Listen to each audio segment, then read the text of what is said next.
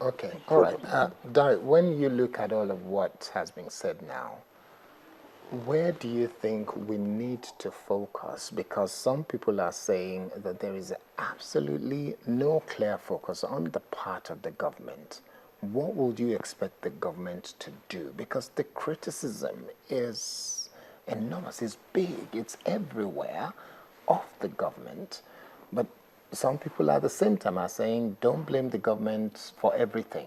But where do you think the government ought to be focusing now? Thank you very much. Let us get this very clear, that there's no magic bullet towards stopping terrorism. There's not going to be clean victory. Let us understand also that President Jonathan has been in government in the last 4 years, right, or 5. He inherited the kind of security apparatus which, of course, he inherited, which, of course, were not well equipped, not well trained, highly politicized. And that's the problem which, of course, has been piling up for so long time, that now what we call, let me use that small bank, because we are still waiting for big bank, like he said, it's going to be very, very difficult, because you have to organize our police, you have to organize the intelligence community, and you have to organize the military. Reorganize everything. So you have to run another background check. As I'm talking to you, you know that about 10 military generals have just been court-martialed. I'm surprised that they did not even make that public for people to understand. Because for so long time, people have been pointing fingers to politicians. But today, we understand that even within the military hierarchy, some of them are sympathizers to Boko Haram. And some of them are still there. And that one made military to even issue red alert a few days ago that have to recall those who are even on leave of absence and so many things. But Boko Haram, they've succeeded in even confusing us, pointing fingers to those who are making those comments and all this kind of a thing. Coming back to what Mr. Thompson just said, now I will now let people realize the fact that military approach cannot even solve this problem, because it's important to bring academia, bring everybody, for government to actually understand the problem. Before we started fighting, they started using street approach without even understanding what they are even talking about, without even understanding what they are doing. After 9/11, the United States of America, they have to professionalize Homeland Security, which of course some of us got scholarship to even study Homeland Security.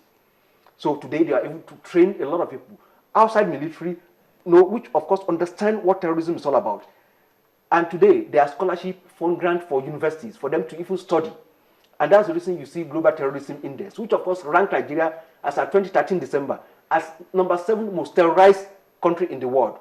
I don't know what it's going to be now, as at this 2014. No, even they are saying Sudan is even better than Nigeria now. So, having said that, military approach is not going to solve this problem. We have to understand what we are facing. Now, what I see as problem is that Nigerian government has not been able to convince the citizen that, look, this thing is going to take so long time.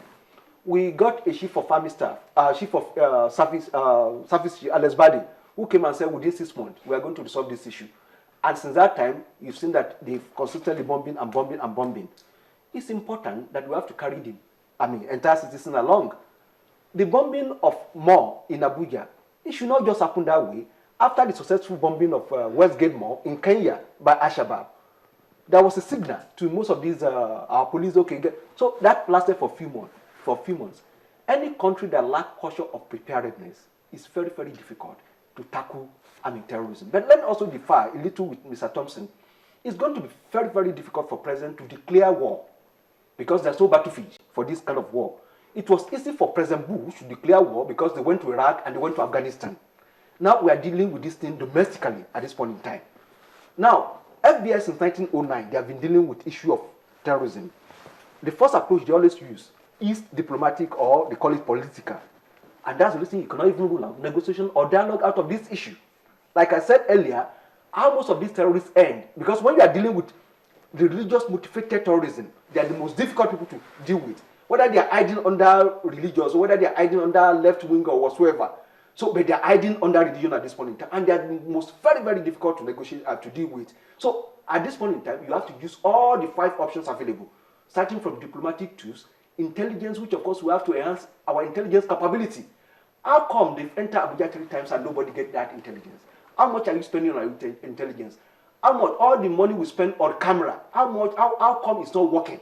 How come nobody knows? In the last 2 years, we have been dealing with this. How come? Then law enforcement.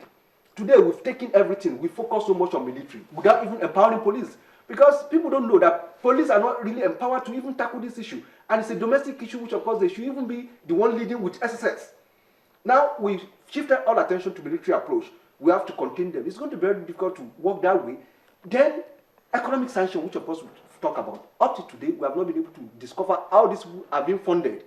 And Mr. Thompson analyzed one thing now, which of course a lot of people don't know. Even government, most of them in this, they don't even understand the kind of analysis he's talking about.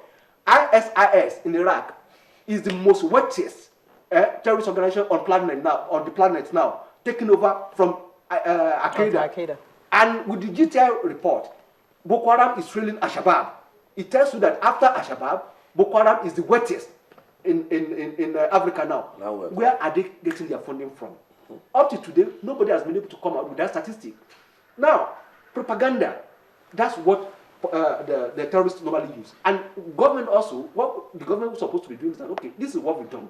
We have been able to identify this, publish the name of that person, profile their command. That's the reason you see counter-terrorism report from America. They profile every one of them, that we know you, and we know where you are, we know your strength.